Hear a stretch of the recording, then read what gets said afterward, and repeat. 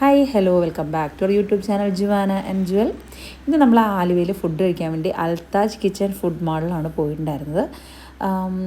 ഒരു എന്താ പറയുക, ഒരു ടൗണിൽ നിന്ന് കുറച്ചൊരകത്തോട്ട് കയറി നല്ല ഒരു കാം ആൻഡ് ക്വയറ്റ് ആയിട്ടുള്ള നല്ലൊരു ആംബിയൻസ് ഉള്ള ഹോട്ടലാണിത്.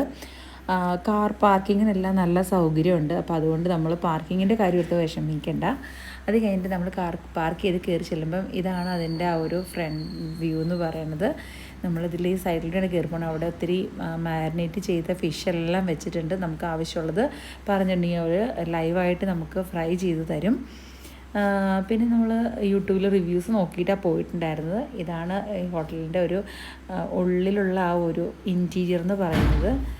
നമ്മൾ പോയിട്ടുണ്ടായിരുന്നത് ഉച്ചയ്ക്കൊരു 1:30 1:45 ആ ടൈമിലാണ്. ഒത്തിരി ലൈറ്റ്സും കാര്യങ്ങളൊക്കെ ഉണ്ട്. നൈറ്റിൽ പോയാൽ നമുക്കതിൻ്റെ ആ ഒരു ഭംഗി മനസ്സിലാവുള്ളൂ. ഇതുപോലെ ഓപ്പൺ എയർ ആയിട്ട് സ്പേസ് ഉണ്ട്. ഒത്തിരി ഓപ്പണാണ്, ഫുൾ ഓപ്പണാണ്. അത് നാച്ചുറാലിറ്റി മെയിൻറ്റെയിൻ ചെയ്യാൻ വേണ്ടിയിട്ട് മരങ്ങളൊന്നും കട്ട് ചെയ്യാതെ സൈഡിൽ തന്നെ നിർത്തിയിട്ടുണ്ട് അതിൻ്റെ.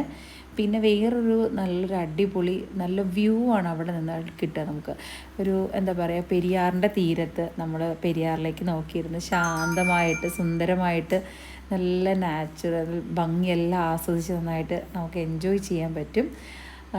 നമ്മൾ ഇതുപോലെ നല്ലൊരു ഹോട്ടൽ വേറെ കണ്ടല്ലോ കേട്ടോ. നമ്മൾ ടൗണിലൊക്കെ ആകുമ്പോൾ നല്ല തിരക്കായിരിക്കും. പക്ഷെ ഇത് കണ്ടാൽ തന്നെ നിങ്ങൾക്ക് മനസ്സിലാവും ആ ഒരു ഗ്രാമീണ സുന്ദരതയൊക്കെ. അപ്പം അടിപൊളി നല്ല ആംബിയൻസ് ഉള്ള ഹോട്ടലായിരുന്നു കേട്ടോ. നിങ്ങൾക്ക് എന്തായാലും ഇഷ്ടപ്പെടും. നാട്ടിൽ വരുമ്പോൾ നിങ്ങൾ എന്തായാലും ഒന്ന് ട്രൈ ചെയ്യണം അൽസാജ് കിച്ചൻ. അപ്പം നമ്മൾ ഓർഡർ ചെയ്തിട്ടുണ്ടായിരുന്നത് ബിരിയാണിയും ചട്ടിച്ചോറും ആയിരുന്നു. പിന്നെ ഒരു ഒക്ടോപ്പസ് ഫ്രൈ ഉണ്ട്. അതാണ് അവിടുത്തെ മെയിൻ ഹൈലൈറ്റ്. അതുപോലെ തന്നെ നമുക്ക് താഴെ